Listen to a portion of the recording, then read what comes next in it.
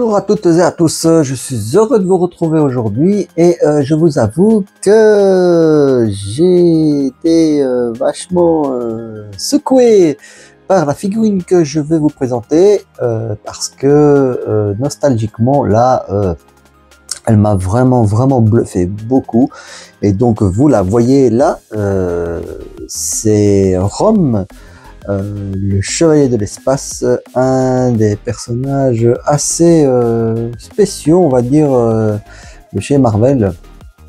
Et voilà quoi. Bah oui, je suis sur le coup de l'émotion. Voilà. Alors, je ne sais pas si ça va parler à beaucoup d'entre vous. Parce que c'est pas le perso le plus connu dans les Marvel. Hein. Quand je veux dire les plus connus, c'est pas Captain America, Iron Man ou Spider-Man ou Doctor Doom, des choses comme ça. Mais ce personnage-là, pour moi, je trouve qu'il est le plus poétique des Marvel, en tout cas un des plus poétiques. Et je ne m'attendais vraiment pas à ce que Hasbro le sorte dans son catalogue Marvel Legends. Mais voilà, je l'ai préco l'année passée et je l'ai reçu il n'y a pas longtemps et je voulais vraiment vous le présenter. Voilà. Bon, sur ce, je vais vous présenter, on va dire, l'emballage, comme d'habitude, c'est un blister. Et on va un peu reculer pour que vous voyez un peu mieux ce que... Alors, hop, voilà. Somme toute, c'est un blister assez classique, hein, un peu comme les blisters qui ressortent classiques Marvel Legends, voilà. Très sobre. Alors, c'est le numéro 1 de cette collection qui d'ailleurs n'emporte pas vraiment le nom, je ne sais pas, mais en tout cas voilà. Et donc on voit ici très bien notre chevalier Rome.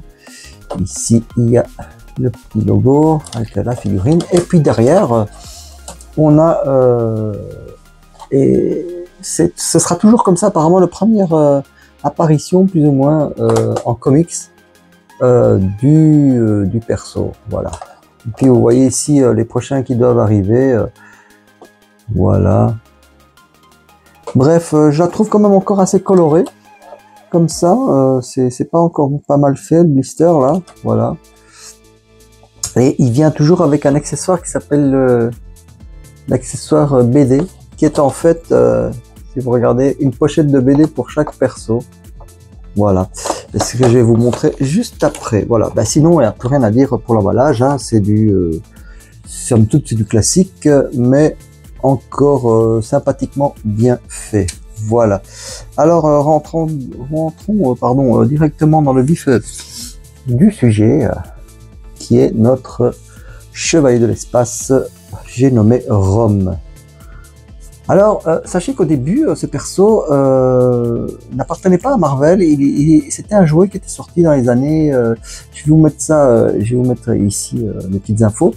Et qui était un jouet. Et puis ils ont décidé d'en faire une petite BD. Et puis finalement, c'est devenu un perso qui s'est invité dans les comics Marvel. Voilà. Alors, je vous montre vite quand même son petit accessoire qui est voilà la BD. Donc c'est encore bien fait. Ce qui est chouette, c'est que c'est pas du papier, hein, donc c'est vraiment imprimé dessus. Voilà. Donc ça fait le petit comics. Encore très bien fait. Voilà. Revenons à notre chevalier Rome. Alors regardez-moi ça, il est vraiment superbement bien fait. Il est d'ailleurs, je vais prendre un petit mètre pour le mesurer. Il est assez grand par rapport aux autres persos Marvel Legends dans le genre. Attendez, on va le mesurer. Il fait plus ou moins quand même déjà facilement 18 cm de hauteur, ce qui est pas mal. Je trouve un peu plus grand que les autres Marvel Legends pour le genre, hein, je veux dire. Que bien sûr, il y a des Marvel Legends qui sont immenses, mais ça, c'est le Juggernaut, par exemple, des choses comme ça. Voilà. Donc, il m'a surpris déjà par sa taille. Il est magnifiquement bien fait. Regardez. Les réacteurs. L'armure, elle est vraiment C'est donc un Galadorien, la planète de Galador.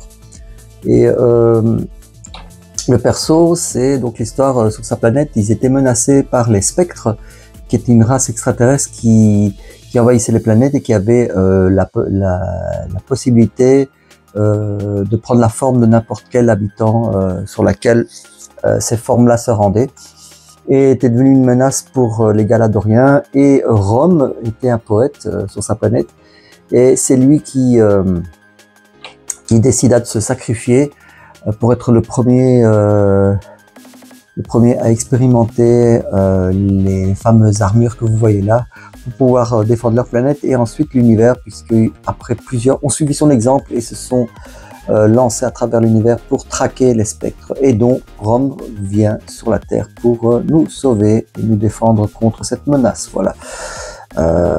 Et donc revenons encore aux détails. Voilà, c'est magnifiquement bien fait. Au niveau des articulations, j'étais super surpris parce que, donc, comme Rom peut voler, ils ont vraiment fait l'articulation du cou. Vous voyez, on peut vraiment regarder devant soi. C'est magnifique, magnifique. Niveau articulation, il n'y a franchement rien à dire. Ici, l'ab crunch, il est total. Voilà, c'est vraiment très bien fait. Ici, vous avez les double joints au coude. Je vais enlever un peu cette macro. Vous avez le double joint au coude. Vous avez l'articulation, comme toujours hein, dans les Marvel, mais ils sont vraiment bien faits. C'est vraiment pas moche du tout. Ici, voilà. Le double ici. Bien sûr, les pieds dans tous les sens, comme vous voulez. Il est magnifique. Alors, je vais prendre un de ces accessoires maintenant.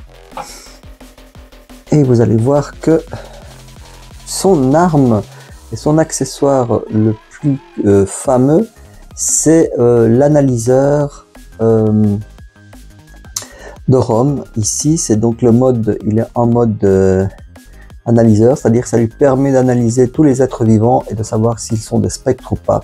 Et donc, quand le rayon passe, en fait, on voit, il fait apparaître les spectres qui sont vraiment dégueulasses, quoi. Voilà. Ça, c'est l'analyseur, et là c'est en forme, donc ça se transforme et ça devient comment dire ça, en fait c'est celui-là qui va, c'est pas le mot que je voulais dire, mais c'est l'alignateur, enfin c'est celui-là qui permet de tuer les spectres en fait. Voilà, et donc vous avez vraiment les deux accessoires, analyseur et vraiment mal pour balayer les spectres. C'est vraiment super bien fait, j'adore vraiment. Très bonne idée d'avoir mis les deux, ils auraient pu mettre que un. Ensuite, on a deux paires de mains, mais qui sont tout à fait différentes les unes des autres. On a une main ouverte. Oui, et c'est pas un défaut, hein, les doigts c'est vraiment comme ça. Hein. Dans la BD, on a un point fermé. Et alors ici, on a soit pour tenir l'analyseur ou l'arme qui peut détruire dans une des deux mains, à droite ou à gauche. Voilà.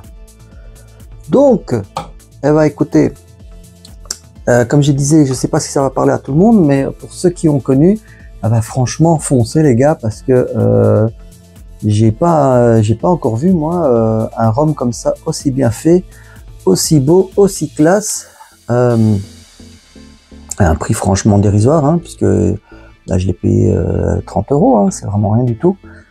Il est franchement magnifique, et je vous le dis, moi, il vaut la peine. Si vous êtes fan de Rom, et si comme moi vous n'aviez jamais pensé qu'il serait un jour en figurine, allez-y, parce que celui-là est une totale réussite, autant aux articulations, autant la couleur, c'est vraiment et autant dans les petits accessoires. Donc c'est quand même marrant de le voir avec son petit voilà, hop, sa petite BD, sa première apparition. Donc c'est vraiment magnifique. Donc voilà, j'espère que ça vous fait plaisir. Moi en tout cas, c'était avec une immense émotion que j'avais envie de vous le présenter. Et on se revoit à très bientôt.